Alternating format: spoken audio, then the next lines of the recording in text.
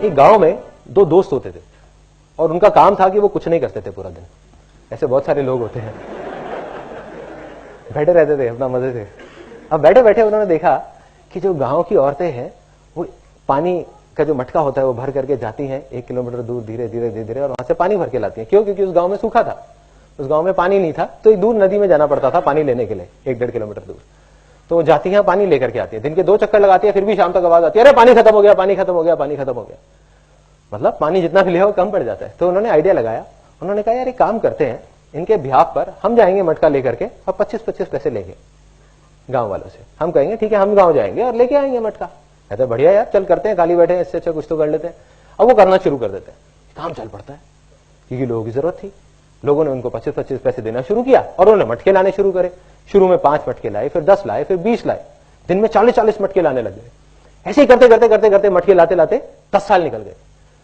10 साल बाद उनका जो एक दोस्त था जिसने बोला था कि यार कुछ करते हैं, उसने कहा कि भाई ऐसे कब तक चलेगा, मैं रोज सुबह जाता हूं और रात तक हम मटके धोते रहते हैं। आज तो हमारे पैरों में दम है, घुटनों में दम है, आज हम कर पा रहे हैं, कल को मैं बीमार पड़ गया, कुछ हो गया तो मेरे घर का चूल्हा कहां से जलेगा। दूसरे दोस्त ने कहा अरे शांति से बैठना यार, मजे तो आ रहे हैं, क्या जरूरत है तेरे को पंगे लेने की। जैसे आप लोगों के साथ भी बहुत बार हुआ होगा, आपने कहा होगा कुछ करते हैं यार, अपने किसी दोस्त को जाकर चल हट।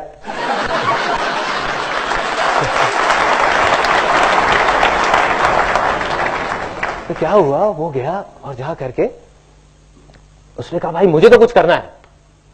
वो दूसरे गांव में चला गया, जा करके देखने लगा लोगों को, उसने कहा कुछ करना है, उसको नहीं पता था क्या करना है। उसने एक बड़ी मजेदार सी चीज देखी एक दूसरे गांव में। वहां पे देखा उसने कि एक सुराही है मटके की, एक कुम्हार ने एक सुराही सी बनाई है। उनके गांव में तो सिर्फ मटके होते थे और उसमें आगे एक नल सी निकली हुई है जहां पे लोग कपड़ा फंसा के रखते हैं ताकि अंदर हाथ ना डालना पड़े और हाथ गंदा ना हो।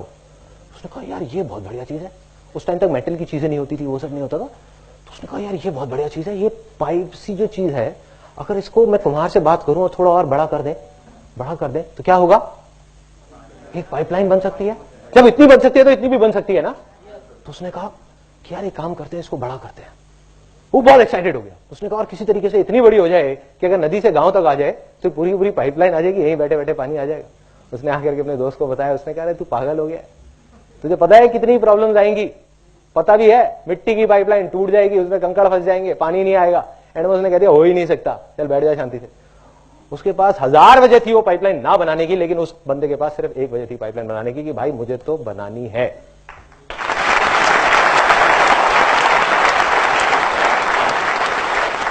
उसने पाइपलाइन पे काम शुरू कर दिया। प्रॉब्लम्स आई, ऐसा नहीं है कि प्रॉब्लम्स नहीं आई, सबको आती है।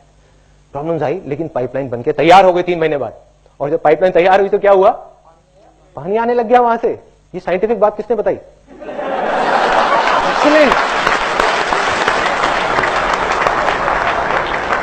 टेक्निकल, आई एम श्योर आपने इंजीनियरिंग या कुछ कर रखा होगा। तो वहां से पानी आने लगा, पानी आया उस पाइपलाइन से। और जैसे ही पानी आया उसका जो दूसरा दोस्त था वो अगले ही दिन, 10 दिन नहीं लगे, उसके अगले ही दिन अनएम्प्लॉयड हो गया। क्यों? क्योंकि वो 25 पैसे का मटका अब उसने 10 पैसे का देना शुरू कर दिया। क्योंकि अब तो पाइपलाइन लग गई, दिन के 100 मटके भी दे सकते हैं, 1000 भी दे सकते हैं, 10,000 भी दे सकते हैं। और जैसे ही ये पाइपलाइन लगी और गांव के लोग भी आने लग गए उसके पास, कहते यार हमारे भी गांव में एक पाइपलाइन लगा दो, हमारे भी गांव में पाइपलाइन लगा दो, हमारे भी गांव में पाइपलाइन लगा दो। धीरे धीरे वो आदमी देखते ही देखते सिर्फ उस गांव का नहीं, उस कस्बे का नहीं, दूर दूर तक के सारे गांव में का सबसे अमीर लोगों में से एक आदमी बन गया।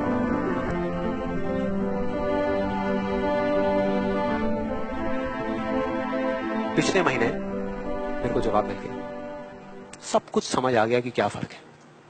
मैं रोज की तरह अपने घर के पास वाले एक पार्क में वॉक कर रहा था और एकदम से ही बहुत तेज बारिश शुरू हो गई।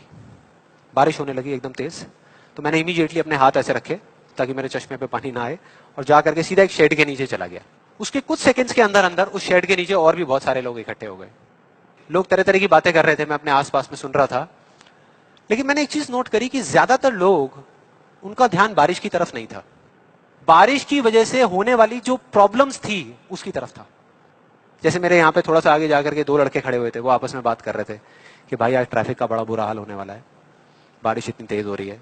तो वो इस तरीके की बातें कर रहे। एक वहां पे अंकल जी थे पीछे, वाइफ को बोल रहे थे कि भाई मैंने तेरे को पहले ही कहा था कि छाता रख ले, छाता रख ले, अब देख मैं ऑफिस के लिए लेट हो जाऊंगा। तो इस तरह की बातें हो रही थी, तरह तरह की। तभी मैंने एकदम से देखा कि सामने से, मतलब मैं यहाँ खड़ा हुआ था, मेरे यहाँ पे एक लड़का खड़ा हुआ था, मुझे अभी भी एग्जैक्ट याद है। वो लड़का इनफैक्ट वो काफी बड़ा कैरेक्टर था, बहुत सीरियस, मतलब बहुत टेंशन में था वो।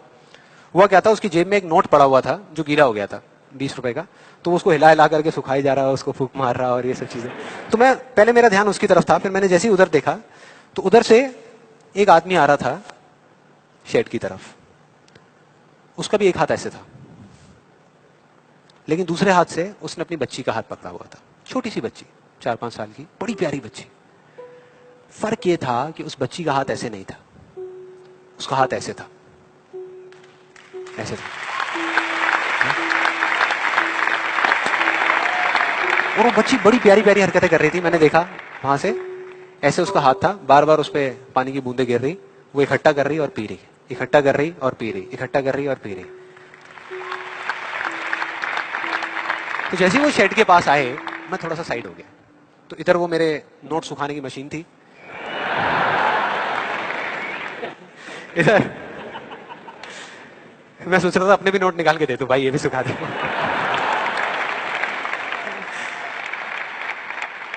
इधर वो बच्ची खड़ी हुई थी, वो छोटी सी प्यारी सी, और मेरा फिर पूरा ध्यान उस बच्ची की तरफ ही था, इतनी इतनी प्यारी बच्ची। और इधर उसके पापा अपने मोबाइल पे कुछ काम कर रहे थे।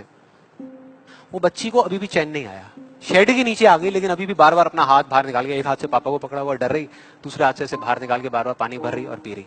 कभी पानी भर रही, अपने मुंह पे फेंक रही। फिर थोड़ी देर बाद पता नहीं उसके मन में क्या आया, उसने अपने पापा से पूछा कि पापा, ये बारिश रोज क्यों नहीं होती?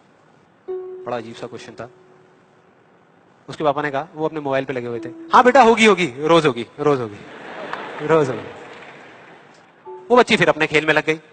फिर थोड़ी देर बाद पता नहीं क्यों उसने दोबारा से पूछा अपने पापा से, बताओ ना पापा, रोज क्यों नहीं होती? इस बार उसको कोई जवाब नहीं मिला, लेकिन मुझे मिल गया। मुझे सब कुछ समझ आ गया कि क्या वो वजह है, क्या फर्क होता है उन लोगों में जो खुद के सबसे अच्छे दोस्त होते हैं और खुद के सबसे अच्छे दुश्मन होते हैं।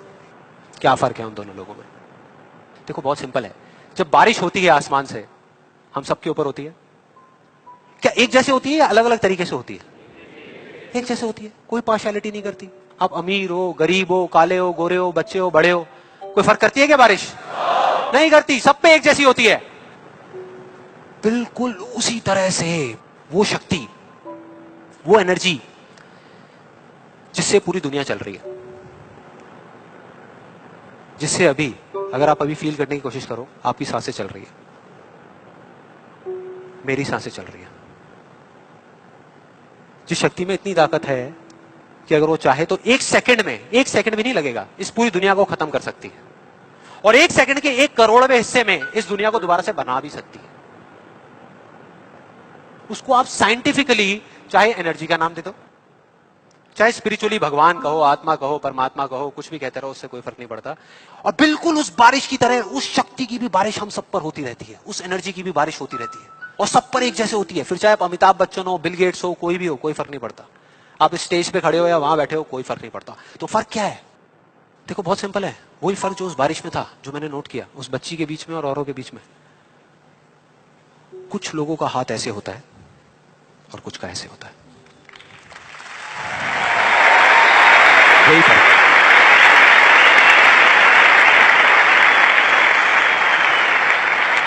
जिनका ऐसे होता है, वो बारिश उन पर होती तो है, लेकिन छू करके बह जाती है, चली जाती है, उनके अंदर तक नहीं जा पाती, अपना काम नहीं कर पाती। लेकिन जिनका ऐसे होता है, वो उसको पी लेते हैं, उनके अंदर चली जाती है, और उसके बाद में जो काम करती है वो एनर्जी करती है, नाम इंसान का हो जाता है।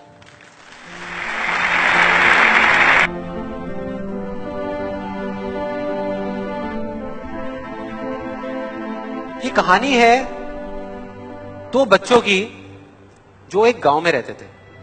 उनमें से एक 6 साल का था और एक 10 साल का। दोनों बहुत अच्छे दोस्त थे, बिल्कुल शोले के जय और वीरू जैसे। दोनों हमेशा साथ साथ रहते, साथ साथ खेलते, साथ साथ खाते पीते, साथ साथ नहाते धोते, नहीं धोते नहीं, ये थोड़ा ज्यादा हो गया। तो एक दिन वो दोनों गांव से थोड़ा दूर निकल गए, और खेलते खेलते उनमें से जो बड़ा बच्चा था 10 साल वाला, वो एक कुएं में गिर गया और जोर जोर से चीखने चिल्लाने लग गया क्योंकि उसको तैरना नहीं आता था। अब जो दूसरा बच्चा था, छोटा था, 6 साल का, उसने अपने आसपास में देखा और उसको कोई नजर नहीं आया, उसको कोई नहीं दिखा जिसको कि वो बुला सके हेल्प के लिए। और फिर उसकी नजर पड़ी एक बाल्टी पे जिसपे एक रस्सी बंधी हुई थी। उसने एक सेकंड भी वेस्ट नहीं किया, उस बाल्टी को उठा करके कुएं में फेंक दिया और अपने दोस्त को बोला कि पकड़ ले इसको। उसके दोस्त ने पकड़ा और वो अपनी पूरी ताकत लगा करके पागलों की तरह उसको खींचने लगा। खींचता रहा, खींचता रहा, खींचता रहा, अपनी पूरी जान लगा दी उसने। छोटे से बच्चे ने, 6 साल के, और 10 साल के बच्चे ने उस बाल्टी को पकड़ा हुआ था। खींचता रहा, खींचता रहा, और तब तक नहीं रुका जब तक उसने अपने दोस्त को बचा नहीं लिया, जब तक वो बाहर नहीं आ गया। अब यहां तक तो ठीक था, यहां तक तो ये कहानी समझ आती है। लेकिन हुआ क्या कि जैसे ही ये 2 बच्चे, जब दोनों एक हो गए, जब बाहर आए और आकर के गले मिल रहे, रो रहे और खुश हो रहे, एक तरफ से उनको डर भी लग रहा था। डर था कि अब गांव जाएंगे तो बहुत पिटाई होगी जब उनको बताएंगे कि ऐसे हम कुएं में गिर गए और ये सब चीजें हुई। लेकिन मजे की बात, ऐसा कुछ भी नहीं हुआ।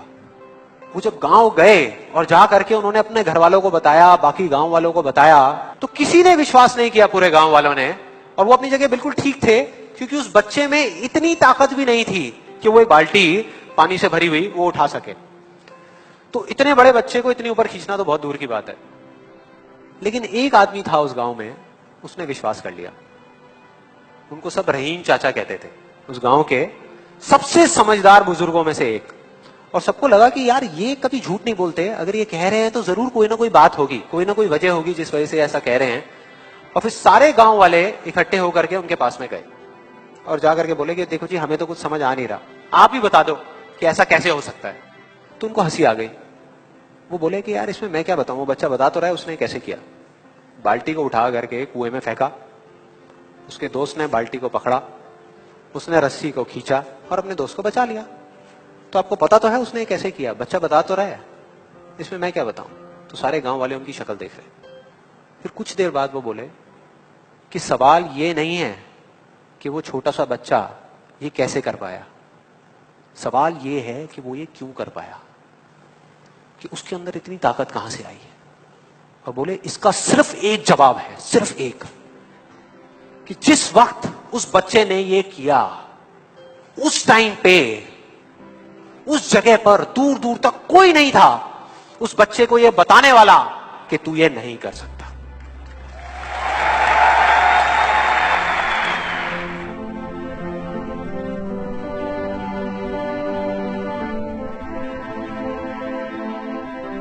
आज से बहुत साल पहले मैंने कहानी सुनी थी जिसका एक बहुत बड़ा इंपैक्ट हुआ था मेरी लाइफ में।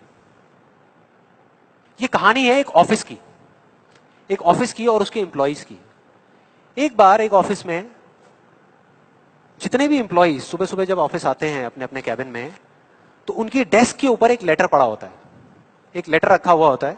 और उस लेटर में लिखा था कि वो इंसान, इस कंपनी का वो एम्प्लॉय जिसकी वजह से आपकी प्रमोशन नहीं हो रही थी या जिसकी वजह से आप आगे नहीं बढ़ पा रहे थे, उसकी डेथ हो गई, वो मर गया। और अब अगर आप आखिरी बार उस एम्प्लॉय की शक्ल देखना चाहते हैं तो ये एड्रेस है, यहां पर अगले 1 घंटे में पहुंचाइए। जैसे ही उस एड्रेस पे गए तो वहां पर एक कॉफिन पड़ा हुआ था। कॉफिन होता है, उसको जब लोगों ने दूर से देखा तो एक तरफ तो सबको दुख हो रहा था, बुरा लग रहा था कि यार ये नहीं होना चाहिए था, और दूसरी तरफ से उनको थोड़ी बहुत खुशी भी हो रही थी कि चलो अच्छा है, मेरी रास्ते का जो सबसे बड़ा पत्थर था वो हट गया। लेकिन फिर एक एक करके जैसे ही वो लोग उस कॉफिन के पास गए और जा करके उन्होंने उस एम्प्लॉय की शक्ल देखी उस कॉफिन के अंदर, तो उन्हें खुद पे शर्म आने लगी,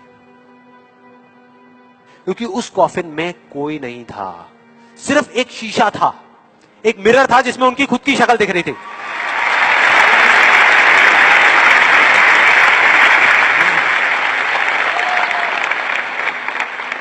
हम सब भी तो यही करते हैं अपनी लाइफ में कि सारा ब्लेम उठा करके किसी सिचुएशन पे डाल दिया, किसी और इंसान पे डाल दिया, सब जगह डाल दिया सिवाय एक इंसान के, खुद पे।